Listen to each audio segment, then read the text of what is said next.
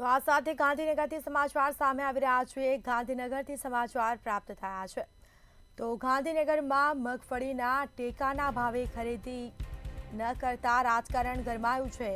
મગફળીની ખરીદીમાં ગોલમાલ પર આખરે રાજકારણ ગરમાયું છે।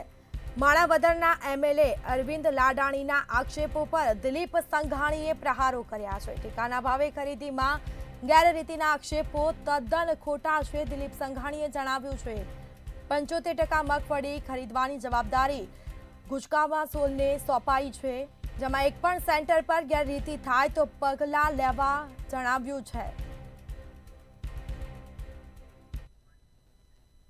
ફોન કરીને મને જણાવ્યું કે અમારા ઉપર જુનાગઢ જિલ્લામાં મગફળી ખરીદી બાબતે આક્ષેપો કરવામાં આવ્યા છે, સદંતર જૂઠા છે।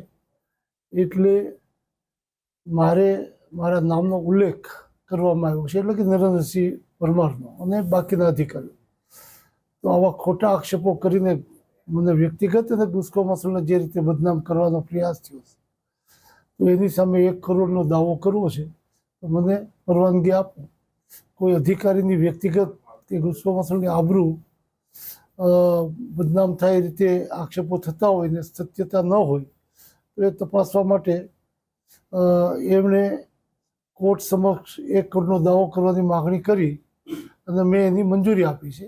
એટલે હકીકતો જે છે, હવે જ્યારે અધિકારી આટલા હિંમતપૂર્વક દાવો કરવાની પરવાનગી માગતા હોય તો મને વિશ્વાસ છે કે આજ દિવસ સુધી એક પણ ફરિયાદ, કારણ કે કેન્દ્ર સરકારે 13 લાખ ટન મગફળીની ગુજરાતમાં ખરીદીની છૂટ આપી એ બદલ માનનીય પ્રધાનમંત્રી નરેન્દ્રભાઈ મોદીનો હું ખેડૂત સમાજ વતીને વ્યક્તિગત સહકારી ક્ષેત્રના માધ્યમથી એનો આભાર માનું છું કે એમણે કીધેલું કે ખેડૂતોને 1.5 ગણી કિંમત ટેકાના ભાવથી ખરીદાય એ રીતે હું નિર્ણય કરીશ, અને એવો નિર્ણય કરીને એમણે ગુજરાતના ખેડૂતોના હિતમાં આ નિર્ણય કર્યો। એમાંથી 75% નાફેડને